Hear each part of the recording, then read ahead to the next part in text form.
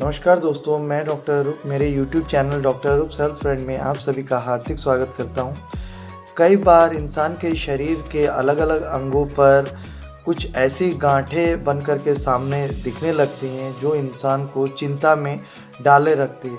कई बार वो गांठें ऐसे स्थानों पर हो जाते हैं जो दिखने में भी ख़राब लगता है और ऐसे जगह पर हो जाने की वजह से पेशेंट्स के मन में ऐसी कई सवाल मन में आने लगते हैं कि मुझे अचानक ये गांठें क्यों बन गया है शरीर में, या ये ट्यूमर क्यों पैदा हो गया, या ये ट्यूमर मेरे लिए जानलेवा तो नहीं है। कई ऐसे प्रश्नों को लेकर के डॉक्टर के समक्ष पहुंचते हैं। डॉक्टर जांच करने के बाद उन्हें बताते हैं कि नहीं, उनका ट्यूमर मैलिग्नेंट नहीं है, बिनाइन है।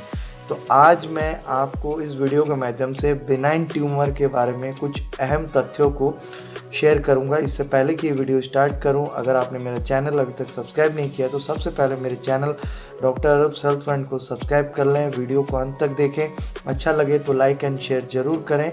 आपके मन में उठे किसी भी प्रश्न या सुझाव को कमेंट बॉक्स पर ज़रूर भेजें। पहले तो हमें ये समझने की आवश्यकता है ट्यूमर क्या होता है। ट्यूमर आमतौर पे एक एबनॉर्मल ग्रोथ है जो अपने शरीर के जो सेल्स हैं वो सेल्स का एबनॉर्मल ग्रोथ आप मान सकते हैं, जो किसी काम का नहीं है। वो ग्रोथ शरीर के अंदर से एक उभार लेकर के आपको दिखेगा। लेकिन जो बिनाइन ट्यूमर होता है वो शरीर के अन्य स्थानों पर स्प्रेड नहीं करता और किसी प्रकार का इन्फेक्शंस पैदा नहीं करता है। आमतौर पे वो कैंसरस प्रकृति के या मैलिग्नेंट प्रकृति से बिल्कुल भिन्न होता है। आमतौर पे बिनाइन ट्यूमर का जो आउटलुक होता है दिखने में बहुत आकृति अच्छा होता है। ऐसा नहीं है कि दिखने में बहुत ख़राब हो। उभार राउंड शेप के जो होते हैं स्किन के ऊपर उभार लेकर के, इनकी आकृति बिल्कुल बिनाइन सौम्य दृष्टिकोण के रहते हैं ये।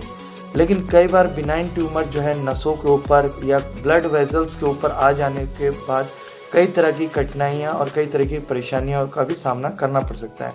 अब काफ़ी सारे लोगों के मन में ये प्रश्न ज़रूर पैदा हो सकता है कि बिनाइन ट्यूमर आखिर होता क्यों है। तो बिनाइन ट्यूमर जो है उनके होने के पीछे काफ़ी सारे कारण हैं, जैसे एनवायरमेंटल फैक्टर के रूप में रेडिएशन का एक्सपोजर पर। कई लोग इस तरीके के केमिकल इंडस्ट्री या कई लैब टेक्नीशियंस जो एक्सरे या अल्ट्रासोनोग्राफी रेडिएशन के बार सामने काम करते रहते हैं, उनको इस तरह की स्थिति पैदा हो सकता है। कई बार आनुवांशिक होता है। बिनाइन ट्यूमर में कई बार ऐसा देखा गया कि परिवार में पिता माता या दादा दादी नाना नानी किसी को शरीर में गांठों का दोष था, तो ये संतान आदमी भी हो सकता है। कई बार डाइट ज़्यादा मात्रा में फैटी डाइट या कई तरह के protein rich diet, heavy diet लेने वाले को भी कई बार चर्बी वाली गांठें या शरीर में कई प्रकार की बिनाइन ट्यूमर्स पैदा हो जाते हैं।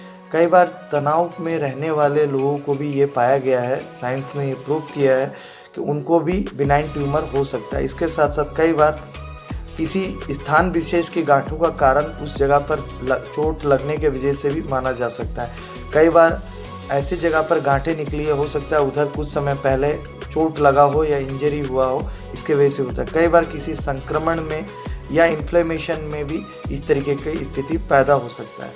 आमतौर पे कई प्रकार के बिनाइन ट्यूमर्स होते हैं, जिसमें adenoma, fibroadenoma, haemangioma, lymphoma, meningioma, myoma, naevi, neuroma, osteochondromas, papilloma, ये सब कॉमन टाइप के ट्यूमर्स हैं जो बिनाइन प्रकृति के होते हैं।